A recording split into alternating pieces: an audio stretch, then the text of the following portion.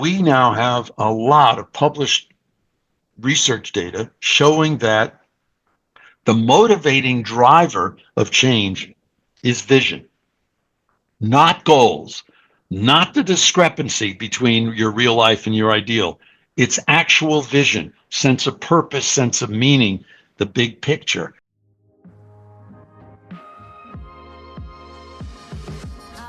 Welcome to the Leadership Initiative, where we explore the art and science of leadership through thought-provoking conversations with experts, thought leaders, and change makers.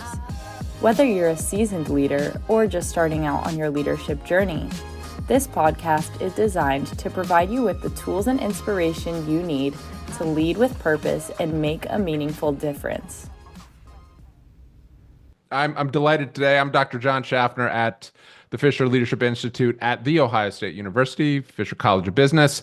I am a senior lecturer here with a doctorate in management and sustainable systems that I was lucky enough to be advised by the guest today, which is Richard E. Boyatzis, PhD, who's a distinguished university professor at Case Western University and a professor of departments of organizational behavior psychology and cognitive science, too. So he has a BS in astronautics from MIT and a PhD in social psychology from Harvard.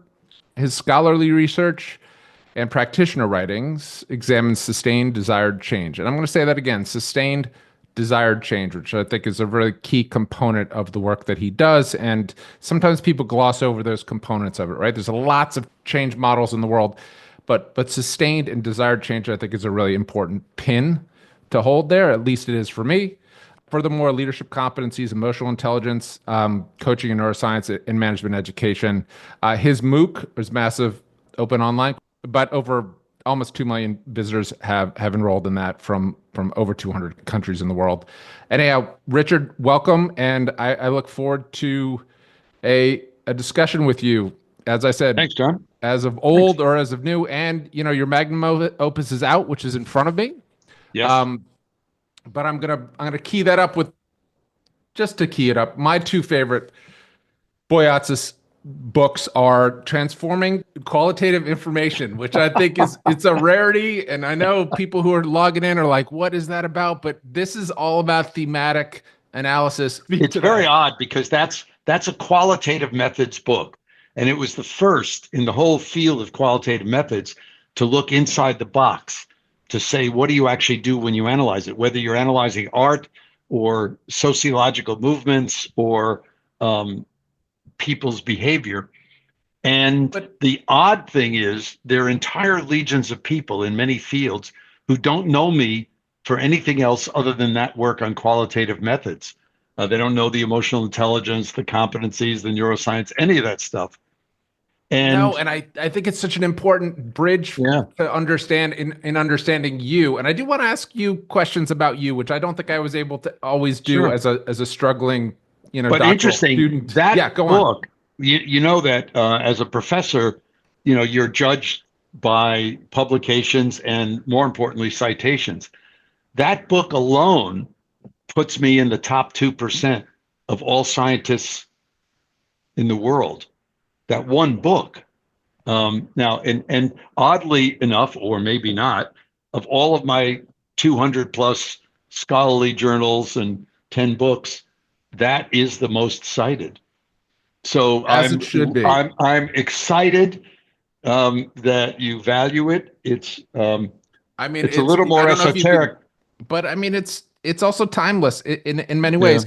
But the thing that also strikes me as I strum through it is here's the double entendre here, though. Like, this is about thematic analysis, but to think of you as, the powerhouse thinker that you are, there's a theme that emerges with you, which is bridging this quantitative and qualitative world. And I think this is one of those places. Now, do you see it as such? Because I think very much I think of you, that is how I think of you, as this bridger of these two worlds. And part of that started at the very beginning. I mean, the thing that got me out of the aerospace field, because my specialty was control systems of interplanetary vehicles. And after 5.5 months of doing that at Northrop, I just got disillusioned. And it really was the question of how do people change? How do you help people change or not?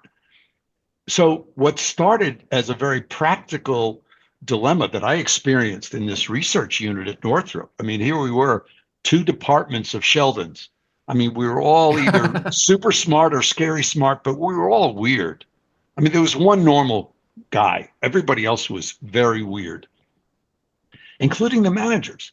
So that was the thing that, but what sparked the curiosity ended up being a very practical question that led me into doing psychotherapy with alcoholics and looking at community change and organization change and all the rest of these things over all these decades. But my doctoral program was actually in the Department of Social Relations. And Right. my degree is actually in social relations, which is an oddity because it was formed in the late 40s at Harvard, and it was disbanded a few years after I finished. And actually started disbanding while I was still there. But we had to do our doctoral exams, all the comps, in cultural anthropology, in sociology, in social psychology, and in clinical personality. And then we did a thesis that typically crossed two of them. So it's not odd that the methods that you see there are as much a part of cultural anthropology, looking at different myths and norms and pre-literate societies, as well as sociological trends, as well as the kind of personality issues. So I have always been both trained by and attracted to this realm of when things happen that aren't defined by one field or one discipline. So as I was preparing for this, I was thinking about intentional change theory, which I don't know if you can see the board behind me. So I teach out of this classroom. You can sort of see some smears on this board, Yeah. maybe. So I teach. So we have a virtual array of courses here at Fisher as well as live ones, and I do both. And I teach out of this pod, and it's set up with both multiple screens and a nice microphone and lights and things of that nature. ICT is smudged behind me. This board does not erase well, and so I just leave it up. God bless you. God bless you. But I leave it up, but it's funny because as you may know this, but I've taught over 115 courses at Fisher for a while. I don't think there's one of them that hasn't, at least in the last 10 years, I would say. There's a few that span before that don't touch on it, right? So I teach Well, thank you because for it's so recognizing that, because, foundational. yeah, the very essence of teaching a course. I mean, we're not teaching 100%. because we want to teach. We're teaching because we hope somebody learns something. Absolutely. That's a change process. Learning is a change process. And my quest for the past almost now 60 years has been, given how much we need to change to survive, because at the cellular level, all the way to the nation state level, if we don't keep adapting and innovating, we atrophy and literally die. And yet, how little we are attracted to change. I mean, the adage that most people get in work repelled by organizations, it in many ways, yeah, right? Like repulsed by it. if it ain't broke, don't fix it. Yeah. Well, the same goes for learning. I mean, we have these things called courses, which are political entities, but imagine if learning were the purpose of education, not teaching, how we would restructure a lot of the processes. And although you didn't mention it, that was the theme and actually the subtitle of my 1995 book, Steps on a Journey from Teaching to Learning, because I think when you contemplate change, whether at the individual level or dyads or teams or organizations or communities or countries or even global processes, you ask the question, well, obviously we must be changing because we're still around. Right. And so we are changing, but it is so inefficient, so ineffective. And for the billions, hundreds of billions spent on education, on training and development, on all of these fields, psychotherapy, coaching, all of these helping fields, physicians, nurses, consultants, the amount that people actually change, I mean, even though he did the research in the early 60s, when Eysenck did the study in London with the forerunner of the NHS, and he was trying to figure out how do you help people who are clinically depressed. And he found that 1 year of psychotherapy of the talking cure helped people become much better in their depression, much less depression. But he also found the people on the waiting list improved just as much. What's going on there? Yeah. So it raises it at a very fundamental level. It raises the question, is the mere activity? And later in the 70s, when my company was asked by the National Institutes of Education and FIPSI to be the psychometricians for any college or university that wanted to measure outcomes, how were their students different when they graduate than when they enter? And it was amazing that when we analyzed our results at the undergraduate level and matched that with things like Sandy Aston and others had been doing, which hundreds of thousands of students, that it looked like in those days, the median number of competencies, including critical thinking of all sorts, on which an undergraduate in the United States of America, after 4 years of school, is statistically significantly better, was one. So people graduated with one competency that they were better on than when they entered, which meant if they were babysitting for 4 years, they might have learned more. And certainly if they went into the military or public service or the national parks, they probably would have gained more. So it starts to, even at the very core of the assumption that when people are in our classes, they're learning, is absurd. Now, you know, because you've been very creative in your pedagogy and your way of designing your courses, where you get your students to actually try stuff. And that, it turns out, is one of the experiential component of it. Yeah. Which is very much, you know, that's the fourth emergence, right? Like the pilot and experimentation is such a key piece. So I'm like writing notes. I feel like I'm back in class, and I'm trying to be dutiful to the job I'm supposed to hold here, right? So let's just talk about intentional change theory, right? The idea of 5 emergences. And as I was preparing and thinking about you, and I was like, I really wanted to say, okay, like so I've used this metaphor. Maybe I've gotten it from you. I don't know the source code for it ultimately, but when I usually I go with the first emergence and I write it on the board and I say the ideal self, I usually describe it metaphorically as a mosaic. You know, you and I have people, ancestors who were good at mosaics, right? Who took bits and pieces of things and made a picture emerge from it. And I always would say, listen, there's moments in your life where this little piece looks like an eyeball, and this little piece looks like a nostril, and this little piece looks like some lip, and then all of a sudden a picture emerges of you defeating a jaguar, right? That's how I've always thought of intentional change theory, and I wanted to ask that question to you about those moments. Sure. Let me respond by talking about the 6 things that I think are distinctive about intentional change theory, distinctive from any other theory of change. And I'm only including those theories that actually have some empirical testing, you know, because as you know, we put ours through, you know, dozens and dozens of behavioral studies, fMRI studies, all these other things. But first and foremost, intentional change theory assumes that you have to use complexity theory to understand the process of change. So change, actual change, not surveys of it, but actual change at any level, individual to country, is discontinuous and nonlinear. And, you know, any election proves that. Whether you're talking about the vote of no confidence in the French Parliament last week or the election that we just went through, you're talking about major discontinuities. Or what's going on in Syria right now. That's right. Another discontinuity. Yep. For 12 years, these rebels have been fighting. And then all of a sudden, boom, something happened several weeks ago. They take Aleppo, and within days, they take Damascus. Yeah. Absolutely amazing. Not predictable. I mean, we could talk forever about this idea of linearity and our over desire for it.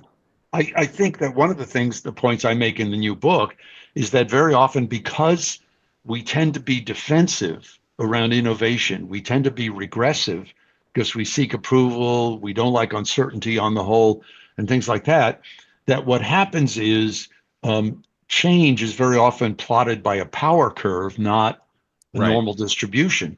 And it is the moments of emergence, you used the word before, but it's when all of a sudden it pops into our consciousness.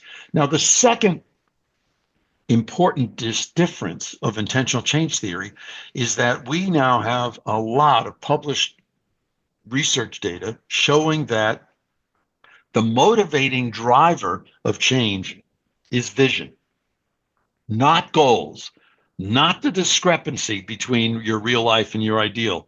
It's actual vision, sense of purpose, sense of meaning, the big picture. And that in our collectives, whether it's families or couples or organizations, communities or countries, it's the shared vision. It turns out that even today, if you want to get certified, as you know, as a coach, you have to say forming goals at the beginning of a coaching session is important. Well, we did believe that in the 70s. Yep. We now know that's not true, and yet we still perpetuate it. So specifying goals, focusing on a problem is what I've claimed since the 70s when I was in the field of psychotherapy, is where most psychotherapists get it wrong. They spend too much time focusing on the problem, not the possibility. Now, and when I say is a motivator of change, I mean at the physiological level, and that's what we've shown in a bunch of these studies. That leads to the third point of distinction, is that the change process, because it doesn't happen in any linear way, you have what are called moments of tipping points. And I contend in intentional change theory that these are driven by two attractors, the positive emotional attractor and the negative. One dimension of that is stress versus renewal. Mm-hmm. That stress closes people down. There is no such thing as good stress. It's useful, but it's not good for you. And if you talk to somebody and say, oh, well, there's eustress, you're talking to an idiot, because physiologically it compromises you cognitively and emotionally. Yep. And you get derailed. And we all know this anecdotally, right? This is this is not common. This is not common practice, but it's commonsensical, because there's a feeling of like, oh, well, I just got my performance review, and maybe that's a place where we can just take a quick pause. Is I have been in your camp forever, and you've espoused this very eloquently about the idea that performance reviews are the devil's making, and they have been that way for years. And I always knew it as the receiver of, and I teach at a business school now where still students at this point in time have this great affinity for this because it's an accepted structure. Well, but but you see, and what you know from my discussions about this is that it's not that performance reviews are bad. It's when you think you're doing performance reviews and development reviews at the same time that's bad. That people deserve to know where they stand. People want to know, did I do what I was supposed to do? Mm-hmm. What grade did I get? But a second dimension of this positive negative emotional attractor is activation of two different major neural networks, the default mode and the task positive. As soon as you get evaluative, which is what happens in performance reviews, salary, bonuses, grades, whatever, you activate the task positive network neurologically, which activates the stress syndrome. Yeah. So all of a sudden, you start to close down, not open up. And so when people say, well, let's motivate people by giving them another goal, they're doing the opposite. And that's what happens in performance reviews, that if you separate out the performance assessment from the development, you could get them both to work well. But we try to do both together because people don't want to have a lot of conversations, which is foolish. And if you separated them and treated each in its own realm, you'd be better off. I mean, chapter 8 in our 2019 book, Helping People Change, we made the argument because of these neural differences, companies, organizations, even schools, universities should develop a culture of development that complements the culture of performance. You need the culture of performance. Mm-hmm. Otherwise, you're not existing. But the culture of development can't overlap. They are antagonistic states. That's what I didn't get to, is that this PEA, NEA, and each of the components are antagonistic. You can't be in both. Nope. So it's like a seesaw. Yeah, it's exactly right. Yep. And the idea is, if right now, why do we have a motivation crisis? 80% of the people don't feel engaged in their work pre-COVID to now. 50% of the people feel major stressors at work every day. 29% or something like that, people feel lonely at work every day. That's a motivation crisis. And I think it's because companies have narrow-mindedly decided that their only purpose is performance, not the development of the people in it. So the result is there's a motivation crisis. And, and even in the bastion of learning at universities, how many faculty feel they're being valued and are motivated to help the institution? I mean, it's an anathema. Or to use your word, really arm in arm in a shared vision. So I have a quick anecdote. I want to throw a quick anecdote your way and have you decipher it for me while you go. And it's about your relationship with me. So I believe there was a moment, you may remember, and I know that that's a backdrop behind you, but I was in that office with you, and I had this book in hand, and I remember coming in and really not getting it. I had gotten all my qualitative data. I was digging through it. I was listening to it. I was going through it all. I was gnawing on it. And I just was like, it's so damn hard, Richard. I can't get it. And you were like, and I'll remember this to this day. You were like, if it weren't hard, John, everybody would do it. And for some reason, do you remember that at all? Yes. I mean, I was probably near tears like moments before that. And you've seen that movie many, many times before because you've had many, many people who you've ushered through across the river Styx, right? Well, that's why I have a box of Kleenex on my desk at right. school. Like I was near tears, but it's interesting because when I think about it, I was just so stuck, and you were like, if it were easy, everyone would do it, and that turned me immediately from being like, oh, I like hard stuff. That's why I'm here. That's exactly what, and it became a shared vision component. But if you look at it from abroad, right, sometimes you'd say, oh, well, that was pretty heavy handed. This kid's about to fall apart in your office. Maybe that's a little melodramatic, but that was shared vision, and it doesn't have to be kid gloves, right? I don't know. Do you remember that at all, or do you want to comment on that a little bit? No, because the reality is, well, first of all, you were in a doctoral program. Right. I mean, this isn't undergraduate. This isn't even a master's program. This is a doctoral program. So you're at the pinnacle of both social class and education, and you're struggling. Now, the interesting thing is, even though a lot of people get doctorates, and now we have a lot of executive doctorates in different fields, and people revel in that. But the fact is that not that many people get doctorates, and of the people that do, I remember the statistic is like 92% of the people never publish anything afterwards, and yet that's what a doctorate is. It's all about discovering new things and writing and publishing. So it's not part of it's the reality of the quest. I think that what I was doing was saying to you, your feeling is normal. It's expected that you would be confused and having an existential moment of angst. But you also, I felt there was a moment of you knowing me too, because you knew my background and you knew who I had been around, and you knew that I sat adjacent to excellence for a big chunk of my, let's just take Wynton Marsalis for an example, that I knew what working through hard things were, and that was a realignment of sorts, right? Towards something that was meaningful to me, right? And I would also argue, and again, we're probably going broadly here, and I know this is maybe I just have an ease of talking these things with you, but that's also, I think, a conversation about SIGs too, right? I think there's a social identity group piece there that we both also know is a key ingredient to intentional change theory, and I think you were tapping into that as well. And I could have been a little more glib if I had made the connection at the time, which is to pick up on your years with Wynton Marsalis and to say, what did Ellis teach his sons? Yeah. And what he taught them was practice and try.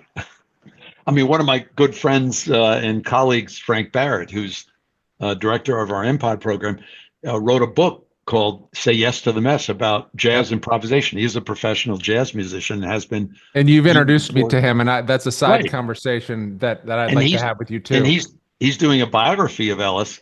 But one of the things that very often he emphasizes is that the essence of jazz is innovation and improvisation, and some people manage it like Frank says, like Oscar Peterson, till they have it just right, and other people like Miles Davis, will Or tell the Thelonious Monk is musicians, making a grand noise. yeah, or the night hours before they're to go on stage, he announces that they want to do every number in Dorian mode.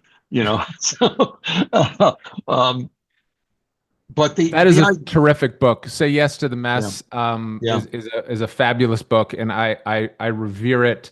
And part of that is, this idea of, I think, is one of the more complex topics that pertains to intentional change theory, which is people sometimes have a hard time understanding, and this is probably manifest in the new world that we live in, where identity politics is sort of taken over right, our, and right, I think it misconstrues our understanding of what social identity groups are. So maybe I could give you the microphone for a moment to just sure. talk a little bit more simply Well, about what we mean there. let me go through the other Yeah, three please. distinctions. The tipping point is not just a way to move from one part of the process to the next. It's also a state of openness. And the key is that my intentional change theory, I believe, is the only fractal theory of change. So it's not even Oh yeah. isomorphism. I think the change at every level of human endeavor is identical. I mean, other people have toyed with the idea, but I don't think anybody else has laid it out as clearly as I have. And And that's I really just want what to I pause try there to for a do. quick moment because we talk a lot about systems. This is Right. systematic and that is systematic. And this is one of the reasons why I do want to pause here, because I think, one, understanding what it means to be a fractal, maybe you can take a quick moment just to talk about Yeah. that. But the second is, I do believe this allows us to understand systems, which many of us, and again, that I'm working in a hospital and coaching doctors, and their first complaint of their first struggle is, how do I live in this system? The system is evil. Whilst I think that intentional change theory allows us to interact with systems, I think, in a practical and thoughtful way. And that's, I think, a Right. really important part of your work. So, what a fractal means is that in an organization, the process of sustained desired change will follow the same phases as it does for an individual. And the tipping points will play the same role or not. Which And part means of you the, can change a system. yes, Which means that you can change a system. Get yes, sorry to interrupt, but like, I think that is a thought that most people feel is outside of right. their efficacy. I don't think that they understand that, and that's why I get excited about it. But I think this is one of the few places where we have line of sight to that. And the key part of a fractal theory, a multi level theory, is that the systems people say you have to have something that moves information across levels. Well, because I'm talking about human systems, I think we have to have something that moves emotion and information across levels. And that's where I contend in the theory and in the book that one are the role of resonant leadership relationships, And this is and the playing out the other, idea that our emotions are highly contagious, that's right? And right. so they should be able to pattern, and they should be able to move, because they're moving between you and me right Yeah. now. Emotional resonant leadership relationships. A good example is Reverend Martin Luther King. When we hear the notion or the phrase "I have a dream," most of us in this country think immediately to the Reverend Martin Luther King Jr. on the National Mall in 1963. My mother A was couple there. of a Yeah. couple important points. One, he said, "I have a dream." It was positive, not "I have a nightmare." Right. Second, that phrase has become a an emotional invocation to hope, and it transcends. I mean, it transcends. He died in 1968. It's a long time ago, and yet it still is alive. Nelson Mandela's statement when he talked to the parliament after his um, inauguration as the president. He called South Africa Rainbow Nation. That has stuck. We see leaders all over the place. Indira Gandhi had a great comment. It's impossible to shake hands with a fist. So one of the things that happens is these resonant leadership relationships bring us positive emotions around hope and possibilities. The problem is demagogues look like they're resonant leaders to the inside group, but proselytize hate to the outside group.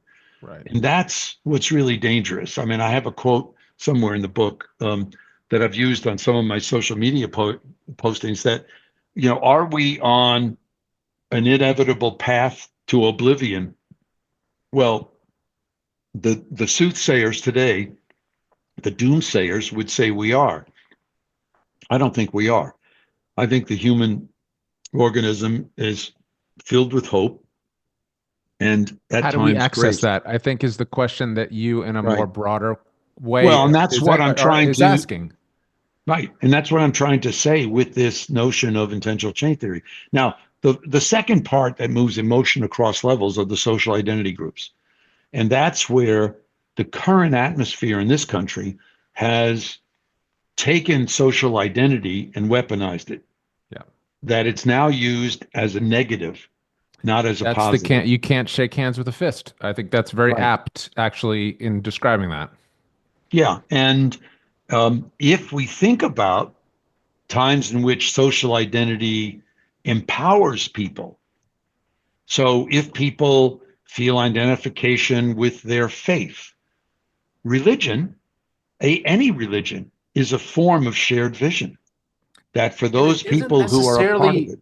And it's also, you taught me that it isn't necessarily just the sort of the factors of DNA that have made you. For instance, you once said, I don't really socially identify with my Greekness, but I socially identify with, people within my field, or even musicians. Well, no, actually, let me clarify. Yeah. I said I do. An important social identity group for me is being Greek. It is a social identity group, but I don't spend a lot of time with Greeks. Yeah. So social interaction doesn't necessarily convey the power of a social identity group. But it doesn't necessarily need to be. It can be in many ways. Well, it's a personal experience. Like maybe I could present that. It's like an identification. My identification is mine. Yours is yours, and it isn't. I can't cast mine upon you. Oh, your identity. You identify with other professors. You identify with et cetera, et cetera. It can't be assumed, I guess, maybe is one way to think about it. Right. And very often it is a mechanism of connection. I mean, Sandy and my wife and I went to Paris for a week of Thanksgiving. And on Thanksgiving Day, we decided to eat at a restaurant we had eaten at 20 some years earlier, Arpege, 3 Michelin stars, that features vegetarian cuisine. I mean, they have a meat dish and a fish dish, but it's their vegetable dishes that are unbelievably angelic. Well, we're sitting down and starting into, not even into the second course yet with our drinks and our chat. And there's a fellow sitting at the next table by himself. His other 2 guests hadn't joined yet. And I don't know how it happened, but we started talking. And he is somebody who made a lot of money in investment banking and decided several years ago to spend the rest of his life looking for truth throughout the world. So he's on a personal kind of almost that Somerset Maugham, the Razor's Edge kind of journey. Yep. Well, at some point he said something. He said, I didn't even start that way. I started as an engineer. I said, oh, where? He went to MIT. Yeah. And I said, oh, what course did you graduate in? So he tells me, and he said the name of the field. And I responded by saying I was in course 16, because if you're at MIT, you identify not by words, but by numbers.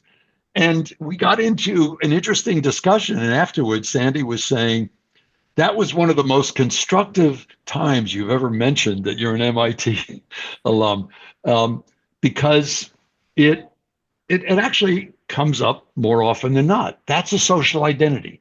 It's something that's a part of me that I feel indebted to. And proud of, right? I think Yeah, pride is a yeah. part of that, and you talking about So jazz a moment ago and talking about Alice and Wynton, that's a yeah, deep identity group for me because there was love there. yeah, But there was growth there too. yeah. Well, interesting. A year ago, Sandy had, because I'm 78 now, and I said when I turn 80, I'll start to cut back. But she's worried about me having something positive to do. Otherwise, I'll just keep doing what I'm You doing. look great. Thanks, thanks. Um, I feel pretty good. So we got on to different things I've done in the past. So the net result is I got back into my music. I'm now in the last week of my third course on jazz guitar at the Berklee School of Music. And Oh, I'm I haven't done this consistently for 60 years, but I'm back into it. What is your experience like learning, or I guess relearning and I love it. reaccessing? Like, speak to Well, that a little bit. part of it is relearning, and yeah, I mean, the first 6 weeks was agony. I mean, my fingers felt like they were on fire every time Yeah. and even today, I handed in two of my assignments because on these online courses you have interaction with the faculty member, but you have to hand in performances. I handed in two assignments yesterday, and he was pointing out to me that I'm still having trouble with where my thumb is on the fretboard, and it's causing me to not be able to reach certain of the chords. And it's like something like that. I look at that, and in contrast to the way I might have reacted to it 65 years ago, if my guitar instructor, the professional I was studying with, had said it, this time I really want to learn it. I want to change it.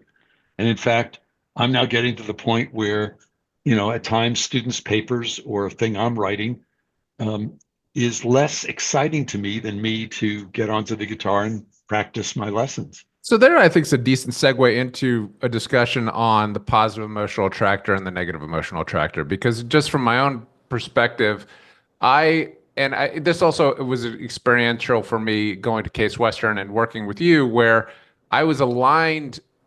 So all of the shame associated with schooling, or all the shame associated with not being good at an instrument, seemed to have been washed away. I think because I was pretty intentional around what my goal was, and you sort of just spoke to that there too. I do think we could give a quick overview of just the neurochemical, hormonal, and physiological Right. state Well, that tilts it. the But I can key see is it very much in music learning now for right, myself. because it's not a goal, it's a Yeah, vision. there we go. Because you're not saying I'm going to play Beethoven's piano sonata, by Christmas Day. That would be a goal. But what you want to do is get your fingers working again. Right. Now, here's the key that links back to your question about social identity groups. Change in our social organizations happens through swarming, not through rational strategic planning.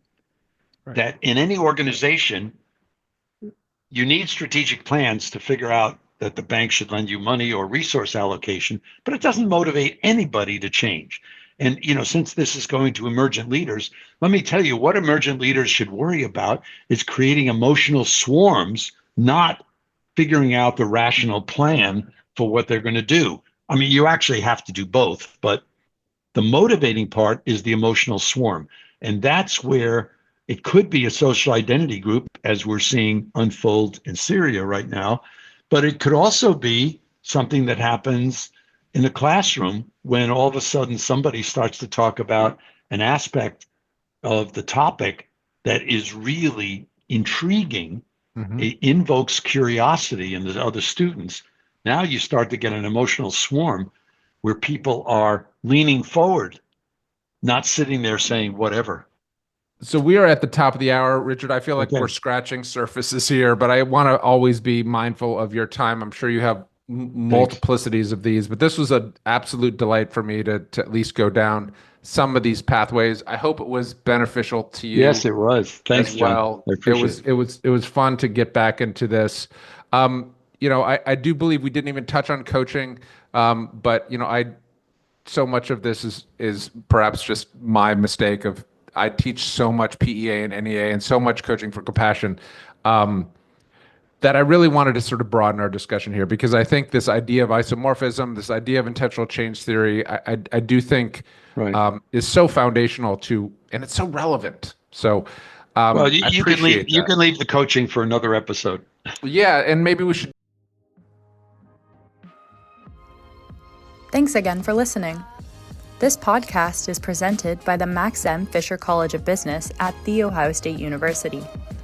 For more episodes, find us on Apple, Google, or podcast.osu.edu/leadership initiative.